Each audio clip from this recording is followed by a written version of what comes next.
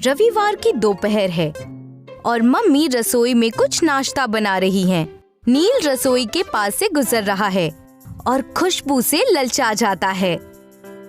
Mummy, क्या आप popcorn बना रही हैं? इसकी खुशबू बहुत अच्छी है। हाँ नील, मैं पॉपकॉर्न बना रही हूँ। ओह वाह, मुझे पॉपकॉर्न बहुत पसंद है। हाँ नील, मुझे पता है। क्या तुम कुछ ताज़ा पॉपकॉर्न लेना चाहोगे? ओह हाँ मम्मी, प्लीज मुझे दीजिए। जरूर नील।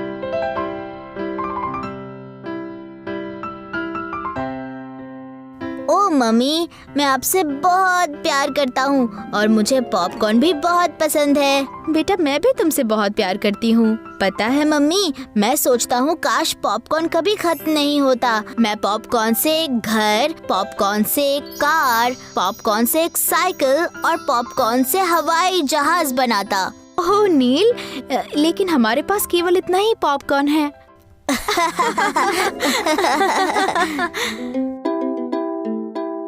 लेकिन क्या तुम जानते हो कि हम निश्चित रूप से एक घर या अपनी इच्छा अनुसार पॉपकॉर्न का कुछ भी बना सकते थे, केवल अगर हमारे पास एक अक्षय पात्र होता। अक्षय पात्र? वो क्या है मम्मी? नील, क्या तुम्हें याद है मैंने तुम्हें महाभारत की एक कहानी सुनाई थी जहाँ पांडव कुछ वर्षों के लिए जंगल में जाकर रहते हैं? हाँ मम्मी, मुझे याद है। बहुत बढ़िया।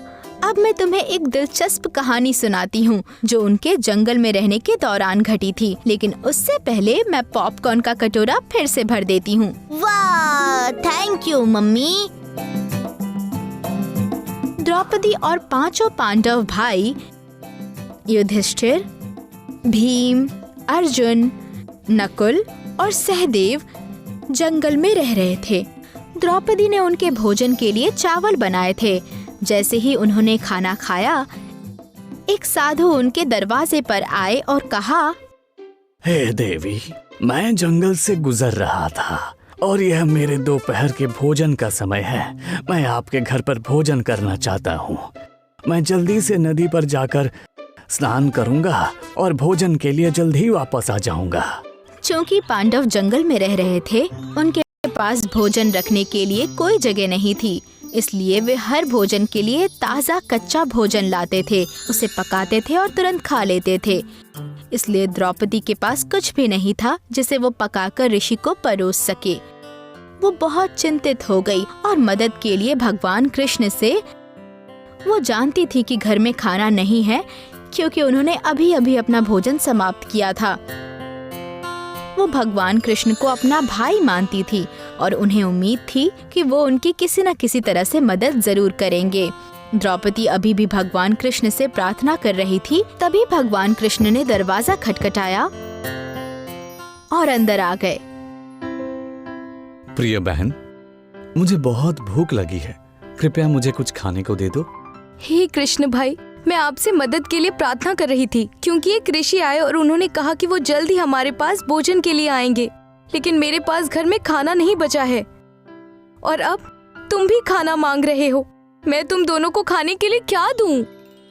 चिंता मत करो बहन, मुझे यकीन है कि रसोई में कुछ खाना अवश्य है। नहीं मेरे प्यारे भाई, रसोई में खाना नहीं है, तुम स्वयं चलकर देख सकते हो। भगवान कृष्ण रसोई में गए। वहाँ उन्होंने एक खाली बर्तन देखा जिसमें से कुछ देर पहले पांडवों ने भोजन किया था। बर्तन के तले में चावल का एक दाना बचा था। भगवान कृष्ण बहुत खुश हुए और उत्सुकता से उस अनाज को खाया। बस मुझे अब भूख नहीं है। आपका क्या मतलब है भाई? सिर्फ चावल का एक दाना खाकर आपका पेट कैसे भर सकता है? लेकिन बहन, इस बर्तन को देखो, यह चावल से भरा हुआ है। अरे हाँ, लेकिन ये कैसे संभव है? मुझे पता है कि जब आपने चावल का आखिरी दाना खाया था तो वो खाली था। हाँ, सही कहा, लेकिन तुमने मुझसे प्रार्थना की और इस कठिन परिस्थिति में मदद करने के लिए मुझ पर भरोसा किया, इसलिए मुझे तुम्हारी मदद करनी पड़ी। लेकिन भाई, ये तो बताओ कि तुमने ये जादू किया कैसे?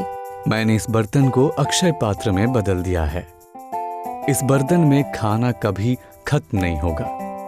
अब तुम चिंता मुक्त होकर ऋषि की सेवा कर सकती हो। जल्द ही ऋषि आ गए, लेकिन वो अकेले नहीं थे। वो 400 अन्य लोगों के साथ आए थे। 400 लोग? हाँ, और अब अक्षय पात्र के कारण द्रौपदी के पास उन सभी के लिए पर्याप्त भोजन था। यहाँ तक कि वो निरंतर सभी लोगों को भोजन परोसती रही, तो भी भोजन कभी कम नहीं हुआ। ऐसा माना जाता है कि ये घटना वैशाख माह के तीसरे दिन घटित हुई थी और इसलिए हम इसे अक्षय तृतीया के रूप में मनाते हैं। ऐसा कहा जाता है कि इस दिन भगवान हमें वो सब कुछ देते हैं जो हम मांगते हैं। ये त्योहार पूरे देश में मनाया जाता है और अलग अलग नामों से जाना जाता है। इसे राजस्थान में अखा तीज, गुजरात में अखा त्रीज, उड़ीसा में मुठी छुअन और छत्तीसगढ़ में अक्ति आदि कहा जाता है।